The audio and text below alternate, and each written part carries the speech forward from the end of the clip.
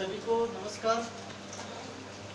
कल कक्षा 8 का जो विज्ञान विषय का दूसरा अध्याय चल रहा था, उसमें जो आगे का आपको जो टॉपिक है वो रोगों से संबंधित है, उसका अध्ययन करवाता हूँ। कल मलेरिया के बारे में थोड़ा बहुत बताया था कि क्वेश्चन आता है मलेरिया वाहक, तो मादा एनाफ्लीज मच्छर, वाहक आता है तो मादा एनाफ्लीज मच्छर होगा। जो वाहक वो होता है जो रोग फैलाता है एक व्यक्ति से दूसरे व्यक्ति में, यानी ये मादा एनाफ्लीज मच्छर है। ये जब काटती है तब अपनी लार के अंदर इस प्लाज्मोडियम को छोड़ देती है शरीर में, और ये प्लाज्मोडियम रुधिर में जब जाता है, रुधिर में ये बहुखंडित हो जाता है। बहुखंडित होने से कहने मतलब बहुत सारे प्लाज्मोडियम हमारे शरीर में प्रवेश कर जाते हैं, बन जाते हैं, जिसके कारण हम मलेरिया रोग से ग्रसित हो जाते हैं। तो कहने मतलब है वाहक आए तो मादा एनाफ्लीज बताना आपको, और मलेरिया का परजीवी पूछ ले तो आपको प्लाज्मोडियम बताना है। मलेरिया और अतिसार रोग दोनों प्रोटोजोआ सूक्ष्म जीव द्वारा होते हैं। प्रोटोजोआ जो सूक्ष्म जीव होता है उसके द्वारा ये रोग होते हैं। आपको बोले मलेरिया अतिसार रोग कौन से सूक्ष्म जीव द्वारा होते हैं, तो प्रोटोजोआ जनित। अतिसार में क्या होता है, अतिसार एक तरीके से दस्त वगैरह होना या उल्टी होना, ये अतिसार के लक्षण दस्त होता है इस वजह से। ठीक है, मनुष्य में सूक्ष्म जीवों द्वारा होने वाले कुछ रोग है, उनके बारे में मैं आपको बता रहा हूँ। जैसे क्षय रोग, क्षय रोग का दूसरा नाम है टीबी, टीबी या इसको तपेदिक भी बोलते हैं। यह जीवाणु जनित रोग है, और इसका जो संचरण का तरीका है वह है वायु द्वारा। वायु द्वारा टीबी एक व्यक्ति से दूसरे व्यक्ति में फैल सकता है। तो रोग कारक सूक्ष्म जीव पूछ ले तो जीवाणु है, रोग का नाम टीबी है, संचरण का तरीका वायु है। दूसरा जो रोग का नाम है वो हैजा है। हैजा का जो सूक्ष्म जीव है वो भी जीवाणु है, और इसके जो संचरण का तरीका है, हैजा कैसे फैलता है, तो दूषित जल या दूषित भोजन के सेवन करने से हैजा रोग होता है।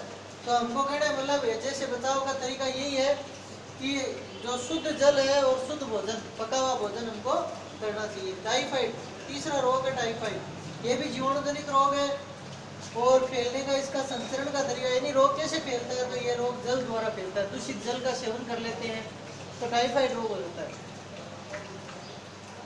इसके अलावा खसरा, खसरा है यह वायरस जनित रोग है। खसरा, चिकनपॉक्स, पोलियो और हेपेटाइटिस ए, ये चारों रोग है, जो चार रोग है, खसरा, चिकनपॉक्स, पोलियो और हेपेटाइटिस, ये वायरस जनित रोग है चारों के चारों। यानी इनका जो सूक्ष्म जीव है वो वायरस है, विषाणु है। खसरा है वो वायु के द्वारा फैलता है एक व्यक्ति से दूसरे व्यक्ति में। चिकन पॉक्स रोग है वो वायु या एक व्यक्ति दूसरे व्यक्ति के संपर्क में आता है तब फैलता है। ठीक है, पोलियो रोग है वो वायु या जल के द्वारा एक व्यक्ति से दूसरे व्यक्ति में फैलता है। हेपेटाइटिस है वो जल यानी दूषित जल का सेवन करने से हेपेटाइटिस रोग होता है। तो इनके बारे में आपको ये जानकारी ध्यान रखनी है। ज़्यादा आपको रोगों से संबंधित डिटेल के बारे में नहीं पूछेंगे, नॉर्मल जानकारी आपको बताएगी किताब में, वो आपको ध्यान में रखनी है। इसके आगे है जंतु में, जंतु का मनुष्य के अलावा कुछ रोग ऐसे होते हैं जो जानवरों में भी हो जाते हैं, जैसे एंथ्रेक्स रोग है। कौन सा रोग है, एंथ्रेक्स।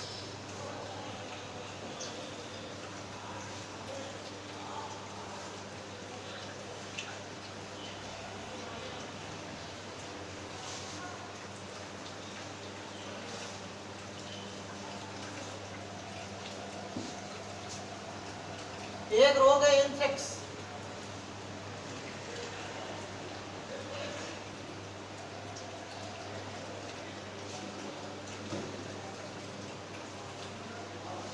ये मनुष्य, ये रोग मनुष्य के अलावा जानवरों में भी होता है। मनुष्य व जानवरों में होने वाला रोग।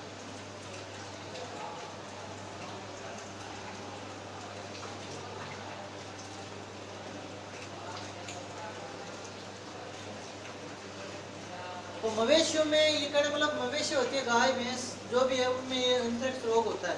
मनुष्य में भी हो सकता है। ये भी एंथ्रेक्स रोग है, ये जीवाणु जनित रोग है। ये भी क्या है, जीवाणु जनित रोग। तो आपको पूछा एंथ्रेक्स रोग किस सूक्ष्म जीव द्वारा होता है, जीवाणु द्वारा। ज्यादातर जानवरों में होता है ये, ठीक है।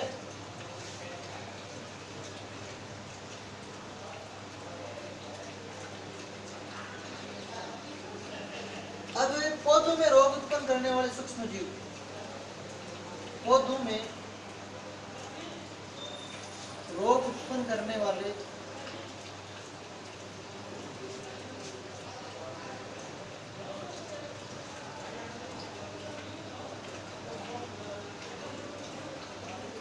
पौधों में रोग उत्पन्न करने वाले सूक्ष्म जीव में तो पहले तो रोग का नाम पादप रोग कौन सा है? पादप रोग, यहाँ पादप रोग का नाम आ जाएगा। फिर सूक्ष्म जीव,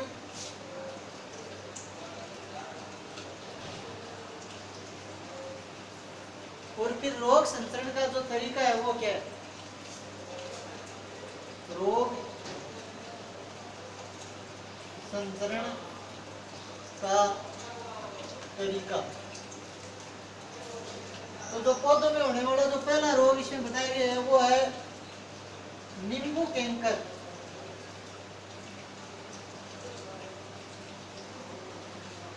नाम नींबू कैंकर है तो नींबू में होने वाला रोग है ये। इस रोग में क्या होता है कि नींबू की जो नींबू पौधा होता है उसकी पत्तियां पीली पड़ने लग जाती है या कटने लग जाती है और झड़ने भी लग जाती है।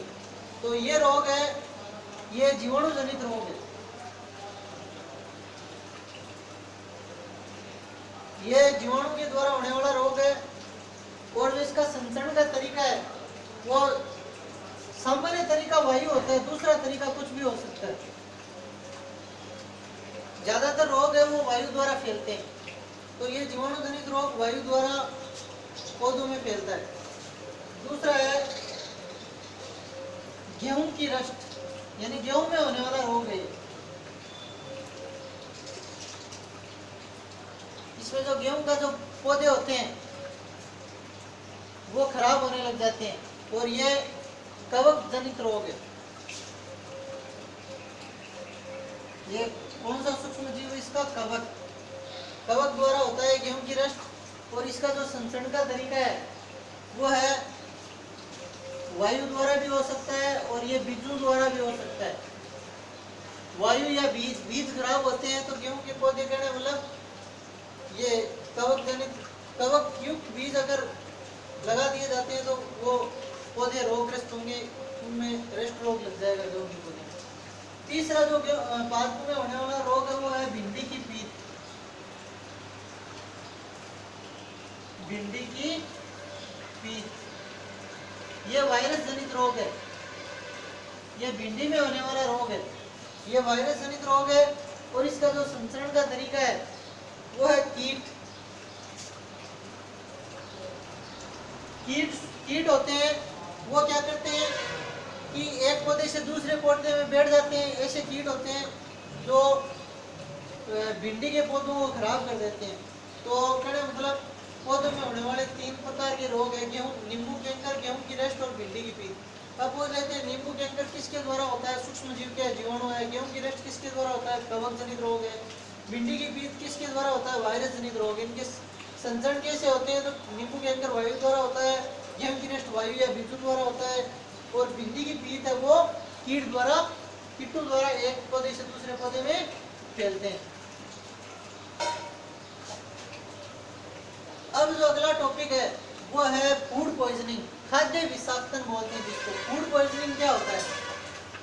फूड पॉइजनिंग में क्या होता है कि जो फूड का अर्थ हो गया भोजन और पॉइजनिंग का अर्थ हो गया विषाक्तन, यानी हमारा जो भोजन है वो एक तरीके से विष बन जाता है हमारे शरीर के अंदर। यानी मतलब विष क्यों बनता है? कुछ प्रकार के हानिकारक सूक्ष्म जीव होते हैं जो भोजन को दूषित कर देते हैं। भोजन को दूषित करने से क्या होता है कि वो भोजन है हमारे शरीर पर दुष्प्रभाव डालता है और शरीर को कहने मतलब नुकसान पहुंचाता है। तो अगला टॉपिक है खाद्य विषाक्तन। खाद्य विषाक्तन।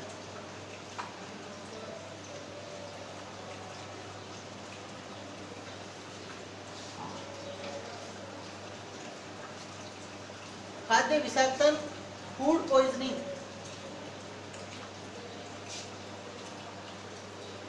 फूड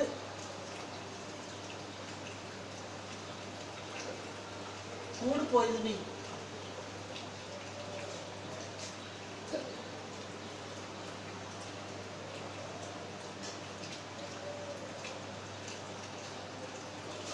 इसमें क्या होता है, खाद्य विषाक्तन में क्या होता है कि सूक्ष्म जीवों द्वारा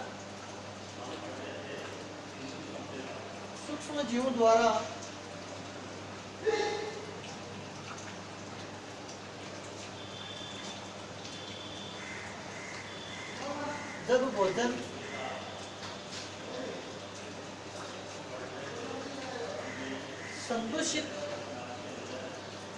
संदूषित कर दिया जाता है,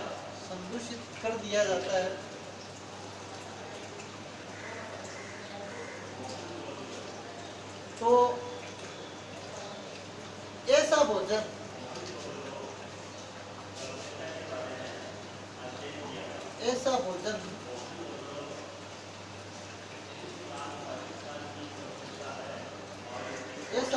ग्रहण करने से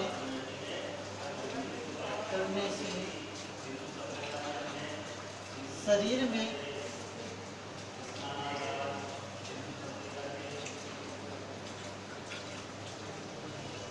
में विष का कार्य करता है।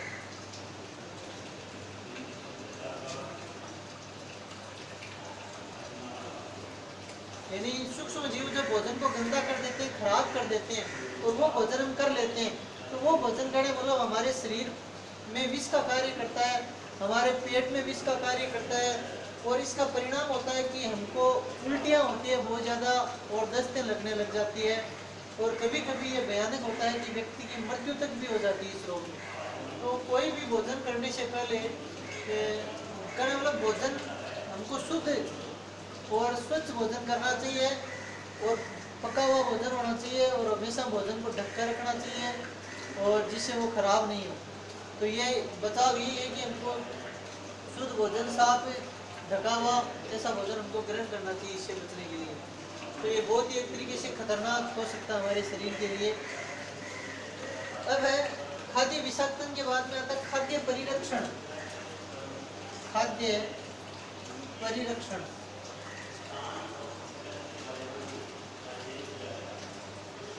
खाद्य परिरक्षण क्या होता है? खाद्य अर्थ भोजन, परिरक्षण का अर्थ होता है रक्षा।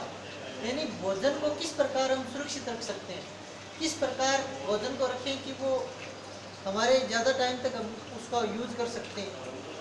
कभी कभी भोजन जैसे हम बच जाता है तो उसको हम शाम को उपयोग कैसे कर सकते हैं, वो ख़राब नहीं हो, तो हम क्या करते हैं, या तो उनको फ्रीज में, रेफ्रिजरेटर के अंदर रख देते हैं ठंड में। तो ठंड में क्या होता है, सूक्ष्म जीव वृद्धि नहीं कर पाते, उसको ख़राब नहीं कर पाते। या कोई चीज़ हम गर्म करके रखते हैं तो उसके सूक्ष्म जीव क्या होते हैं, नष्ट हो जाते हैं। तो खाद्य परिरक्षण के अलग अलग तरीके हैं। ठंड में रख सकते हैं, गर्म करके रख सकते हैं, कोई चीज़ उसमें मिला कर रख सकते हैं, जैसे अचार और मुरब्बे होते हैं उनमें तेल डाल के रखते हैं, या चीनी या नमक या सिरका वगैरह डाल के रखते हैं, जिससे वो लंबे समय तक खराब नहीं होते हैं। तो खाद्य परिरक्षण की अलग अलग विधियाँ हो सकती है। तो खाद्य परिरक्षण क्या होता है आपको पूछ ले, तो भोजन को सूक्ष्म जीवों द्वारा भोजन को सुरक्षित रखना, भोजन को खराब होने से बचाना, सूक्ष्म जीवों द्वारा खराब होने से बचाना ही खाद्य परिरक्षण है। तो आपको खाद्य परिरक्षण की आपको एक तरीके से क्यों कहे कि आपको कुछ ले जानकारी तो आप उसमें आपको आनी चाहिए, ठीक है। अगर खाद्य परिरक्षण के जो तरीके हैं वो कौन कौन से तरीके हैं, तो इसमें आ रहा है, पहला है रासायनिक तरीका। खाद्य परिरक्षण का क्या है, रासायनिक तरीका क्या हो सकता है। रासायनिक तरीके में कुछ रासायनिक यौगिक होते हैं, जैसे सोडियम मेटाबाइसल्फाइड, सोडियम बेंजोएट, ये होते हैं।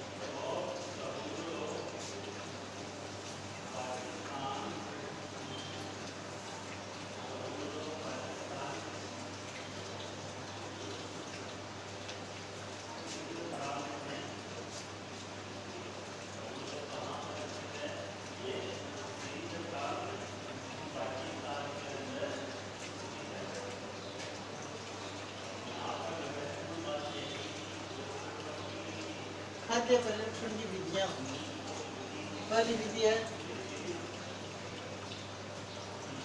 रासायनिक उपाय। दूसरी विधि है नमक द्वारा परिरक्षण। नमक द्वारा परिरक्षण। तीसरी है चीनी द्वारा परिरक्षण।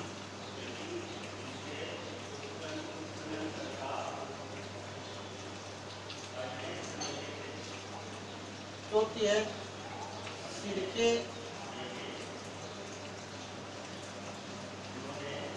व तेल द्वारा परिरक्षण।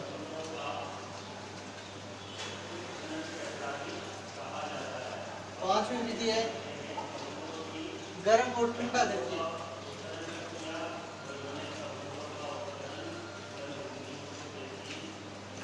ठंडा करके परिरक्षण।